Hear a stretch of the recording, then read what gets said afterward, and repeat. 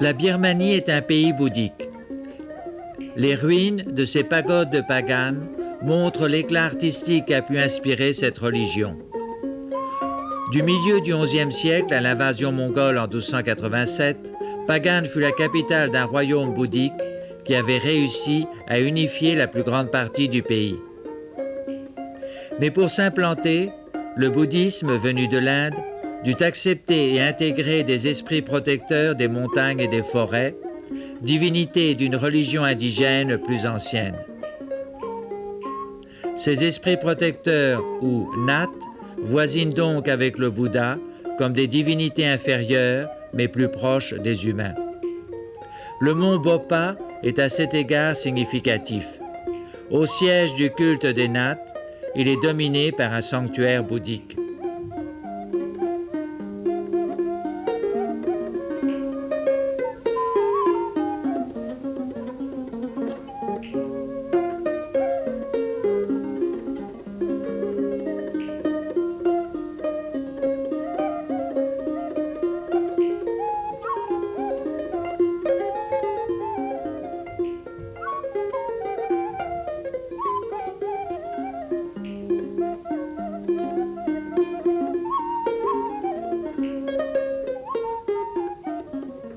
Mais même en ce sommet, au pied de cette pagode, figure la statue d'un de ces Nats.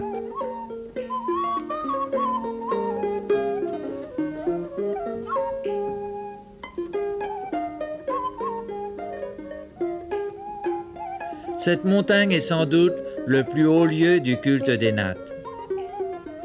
Avant d'en gravir les pentes, le pèlerinage commence par un temple où figurent les 37 Nats, chiffre mythique, car en fait l'identité de ces 37 Nats varie suivant les époques et les lieux. Ils sont toujours 37, mais ils ne sont pas toujours les mêmes, et ceux qui honorent les Nats n'entretiennent pas un culte à chacun d'entre eux.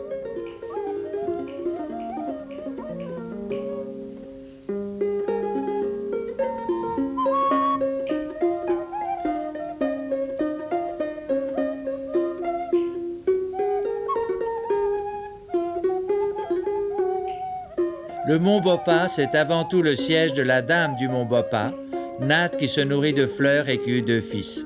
Son amant était un homme qui allait tous les jours du mont Bopa à Pagan pour apporter des fleurs à la cour du roi. Elle eut 2 fils, qu'on appelle souvent les 2 frères musulmans. On peut la voir ici, entourée de ses 2 fils.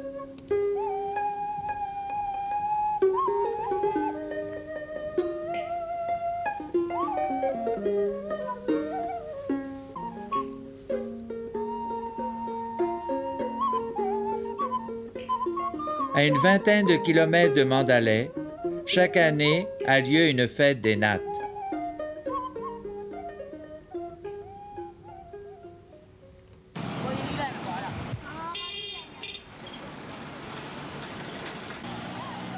On y vient de toutes les régions de Birmanie, en voiture, en camion ou en train.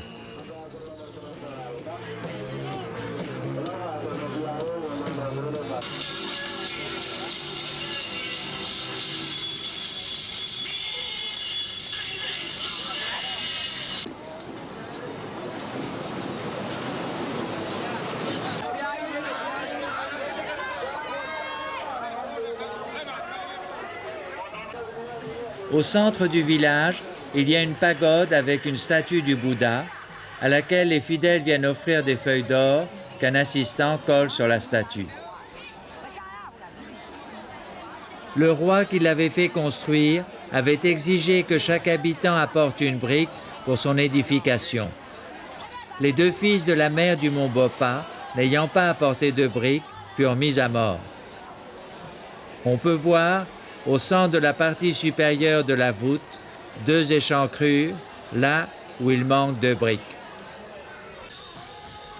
Ceux qui pratiquent le culte des Nats apportent leur autel à cette fête et font venir des médiums qui incarnent ces divinités et dansent au son d'un orchestre. Curieusement, ces médiums sont de vieilles femmes ou des travestis. Possédés par un Nat, ils le rendent présent parmi les humains et on peut ainsi honorer la divinité, lui offrir de l'argent qu'on accroche souvent à ses vêtements. Les fidèles, surtout les jeunes, sont parfois saisis par l'atmosphère, saisis par les nattes et se mettent eux aussi à danser.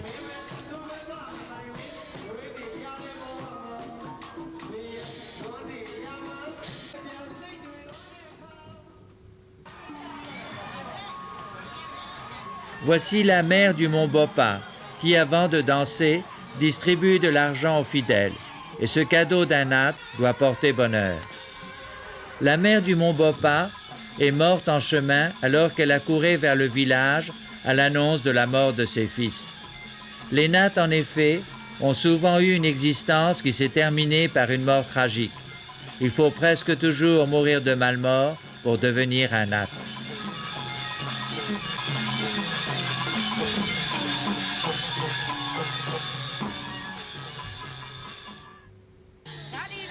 La mère des eaux pures, qui parcourt les allées de la fête, est une sorcière qui a le pouvoir de guérir. Elle danse avec 2 sabres et ceux qui lui demandent protection déposent des billets de banque entre ses doigts et la lame des sabres.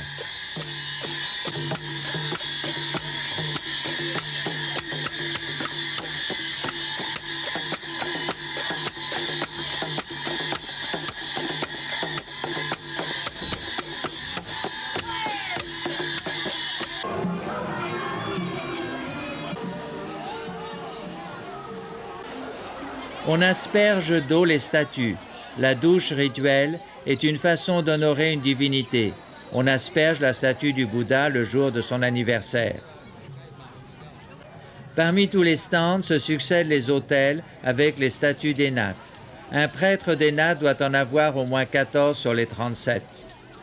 Des fabricants de statues sont venus eux aussi profiter de la fête.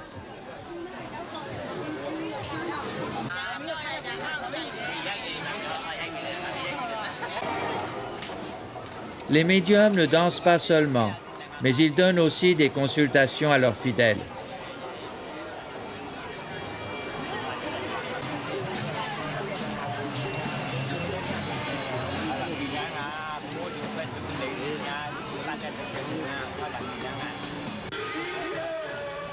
À l'entrée d'hôtel, on a parfois des panneaux représentant les nattes incarnées à l'intérieur.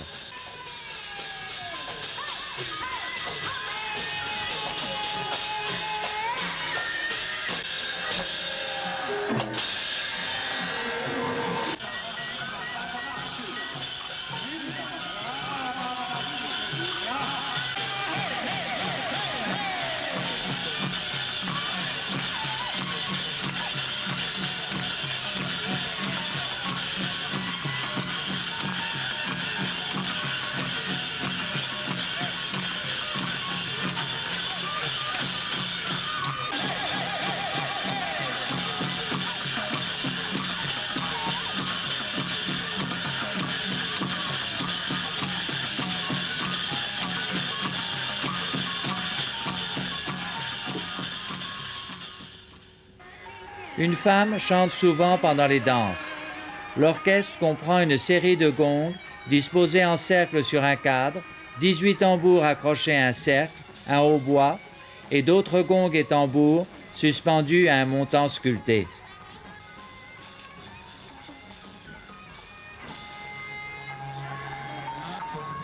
Les fidèles viennent parfois demander conseil entre 2 danses.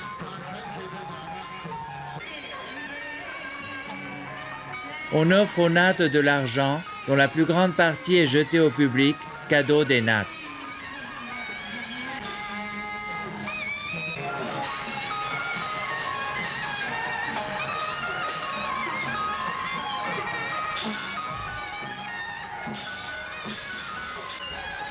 On leur présente aussi de la bière, d'autres boissons, des cigarettes.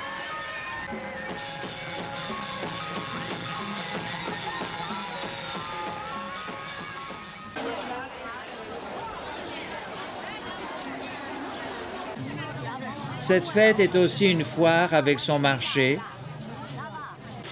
les vendeurs de confiserie,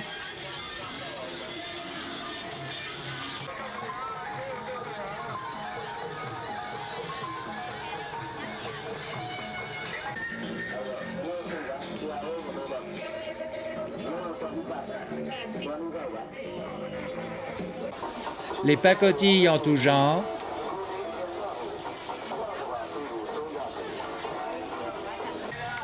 les petits restaurants, la marchande d'eau glacée qui fait filtrer l'eau, les vendeurs de jouets, le vendeur de toupies,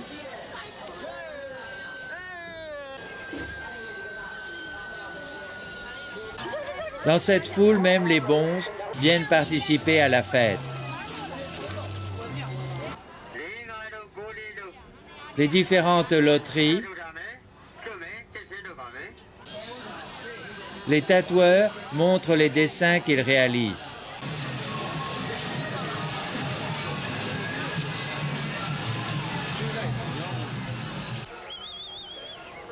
La Grand Roue fait partie des attractions et faute d'électricité, des hommes s'y accrochent pour la faire tourner.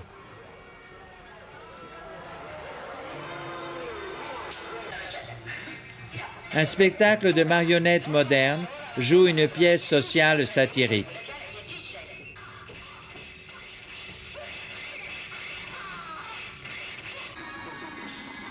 Mais ce sont les danses des nattes, incarnées dans leur médium, qui donnent son sens à cette fête.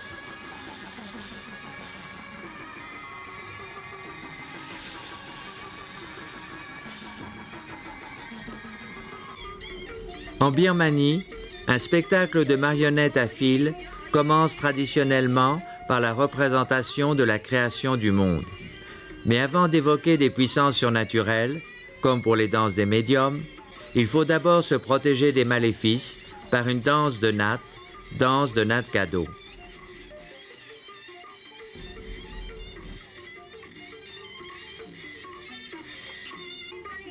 Le marionnettiste de sa main gauche tient le contrôle auquel sont attachés plusieurs fils et de sa main droite il manipule aussi des fils qu'il tient directement.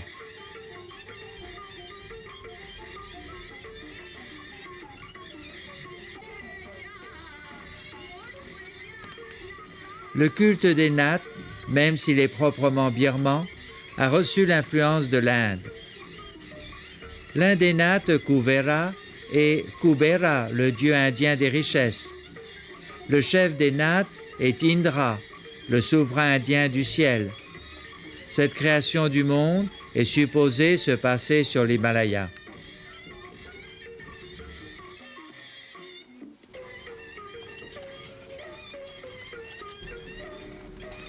À cette danse propitiatoire de purification succède le cheval.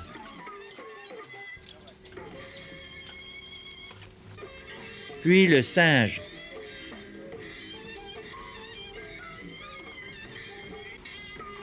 Viennent le rejoindre les géants ogres qui occupaient la terre avant l'homme, du temps du Ramayana, puisque l'ennemi de Rama, le roi de Lanka, était justement l'un de ces géants.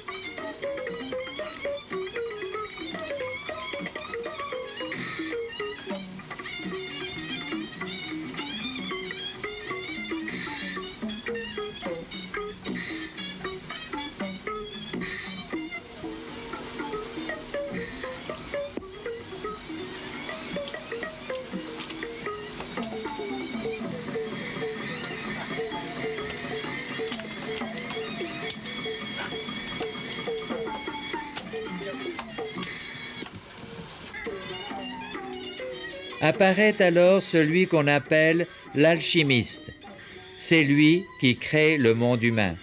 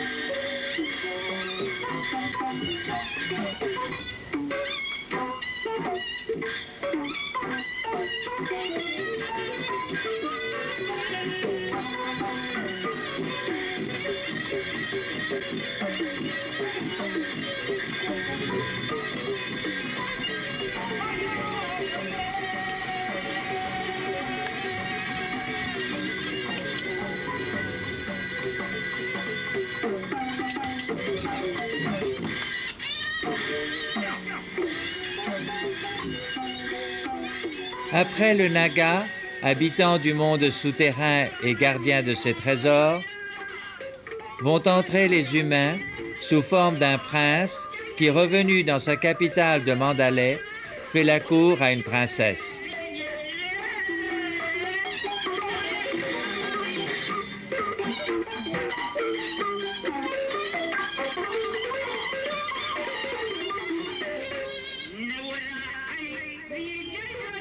Jadis, à la fin, entraient aussi le roi, la reine, les ministres, les conseillers, et après que le roi ait eu pris place sur son trône, on jouait pour lui ce qui allait constituer la représentation proprement dite. Spectacle de battleurs ou pièces adaptées des Jatakas, les vies antérieures du Bouddha.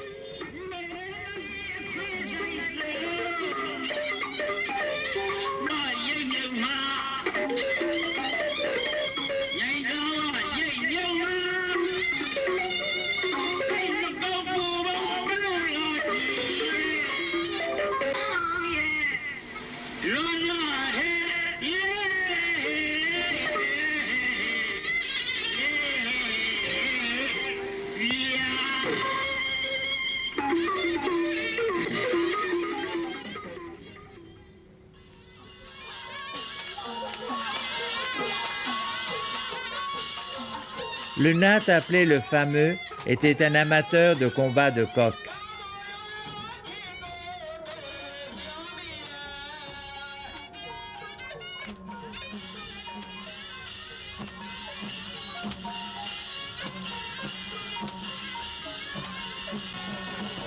Les médiums qui l'incarnent dansent donc en tenant d'une main un coq doré et de l'autre un bol plein d'argent que le danseur doit retourner sans faire tomber les billets.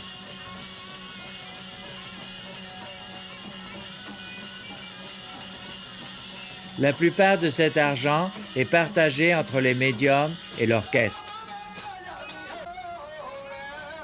La statue de ce Nath le représente toujours sur un cheval marron.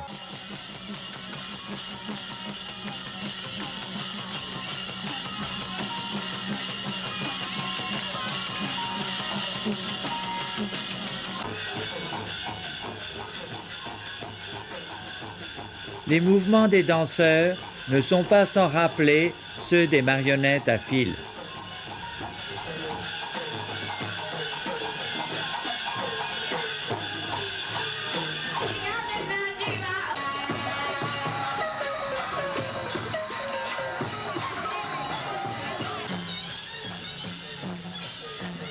La Birmanie, c'est donc un lieu où le dialogue est constant entre les Naths et les hommes.